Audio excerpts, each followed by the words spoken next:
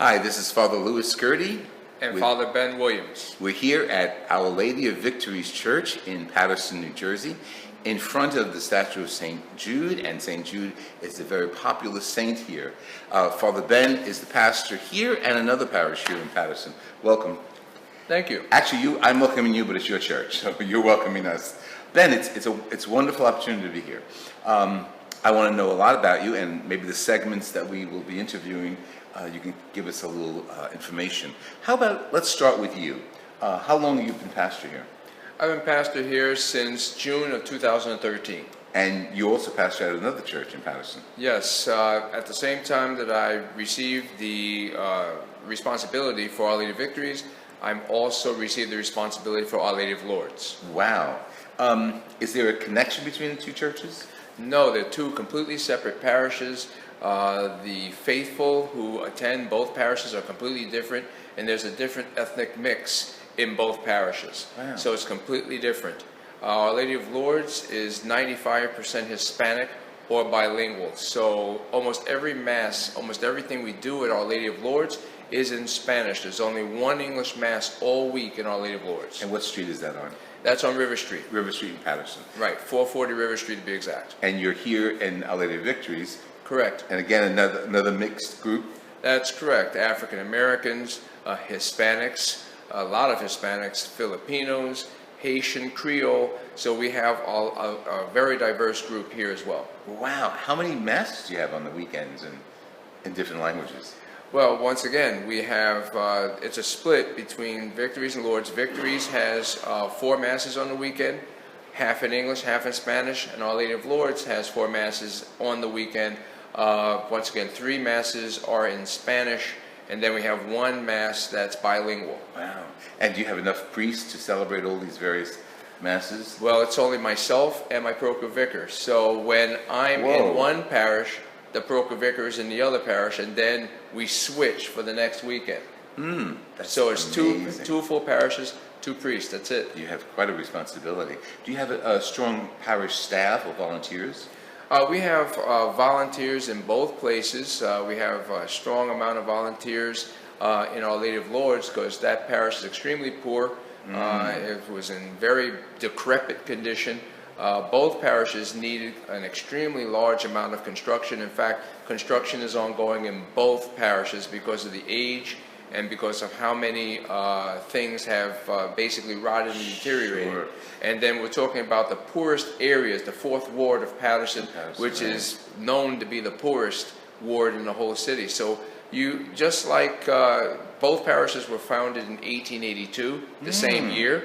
So just like you had immigrants at the end of the century in the 1800s, right, and you had the immigrants coming through Ellis Island, there's not much change. Instead of having Italians and people coming from Holland or from Germany or from France, right. You have a lot of people now coming from Central and South America.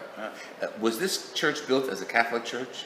This church was not built as a Catholic church. You're talking about Our Lady of Victories. Yes. It was built as a Dutch Reformed church. Oh, and when did the Catholic Church purchase it? Once again, it's the beginning of the 1900s. Oh, wow. So that's when it was changed into a Catholic church, and then they had to make it Catholic completely with murals and everything else. Right, As you can see, this mural that we have behind us. Yeah, let's talk about St. Jude for a few minutes. With this mural here with the Holy Spirit was just freshly within the last month was restored because it was covered for over 50 years. Really? It wasn't seen for 50 years.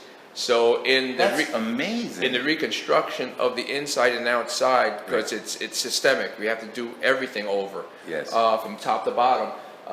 This was uncovered and it was in terrible condition. So we had an artist who was very, very gifted, and as you can see, he restored it to its original beauty.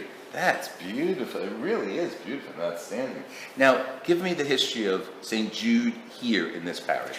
Well, just during the Great Depression, 1932, around 1933, in that time frame, early 30s, and the Great Depression was here, and just before World War II really kicked off in Europe with Hitler and Mussolini, Father Pfister was sent to this parish to basically close it. Oh, okay, wow. because it wasn't doing very well. Right. So they're going to shut it down and transfer the records to elsewhere. And then, lo and behold, he said, hey, there was a little bit of a Uproar, probably. yeah, but a little bit of influence of the Holy Spirit and a little divine intervention said, hey, we have Saint Jude Thaddeus is a saint of difficult and impossible cases. Right. So before we just shut this place down and close the doors and shutter everything, let's try to have a novena, just a little simple novena to St. Jude Thaddeus. As you know, it was the Great Depression. People were out of work. People were trying to sell apples on the street corner. Sure. Then you had Hitler going crazy in Europe, and things were getting worse and worse and worse with war. And then eventually, a lot of sons and daughters were called up, and they were drafted, and they had to fight to defend our nation and our world from the Axis powers.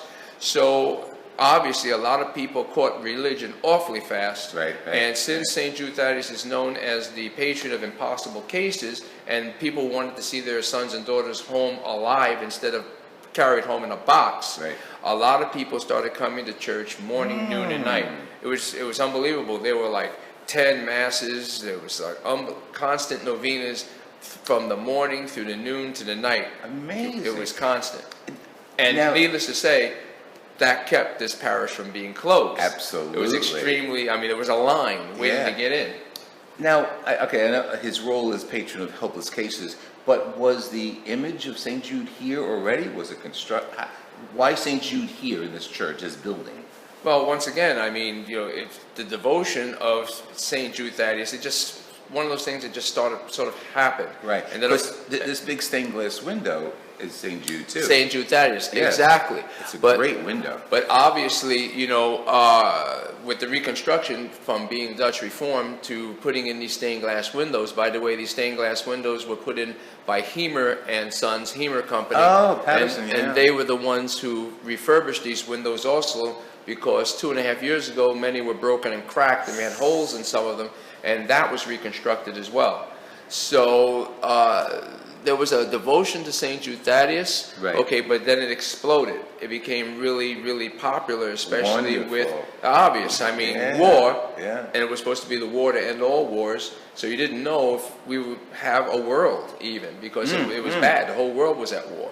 Yeah. So it was a really bleak time with the Nazis and everything else. That's amazing. You have such a keen sense of history. I'm impressed. And you have all these medals here. What's your background? Just in a sentence, because we're going to pick this up at another episode. What's your background that lets me appreciate your history and your sharing of this history? Well, I don't like to speak about myself too much, but just to give you an idea, That's right. That's what you're here for. You mentioned medals or whatever. Once again, I'm a 4th degree Knight of Columbus, so that's why I have the bottom pendant. And then when you're 4th degree Knight of Columbus, you're supposed to also have the American flag above it for patriotism. So that's why I have these on my lapel. So I really love my Catholic heritage, my Catholic background. And then, of course, I was placed here. I served not only in the military service for over 3 decades, and I've retired. So I've been retired for 3 years. And you look around 30, maybe. That's what they say, but no, I'm in my mid-50s. God bless you. So I've been retired for 3 years, and I also From the military? From the military. Obviously, I'm not retired from No, the first military. you'll die here. Let's continue this at another episode. How's that? That's fine.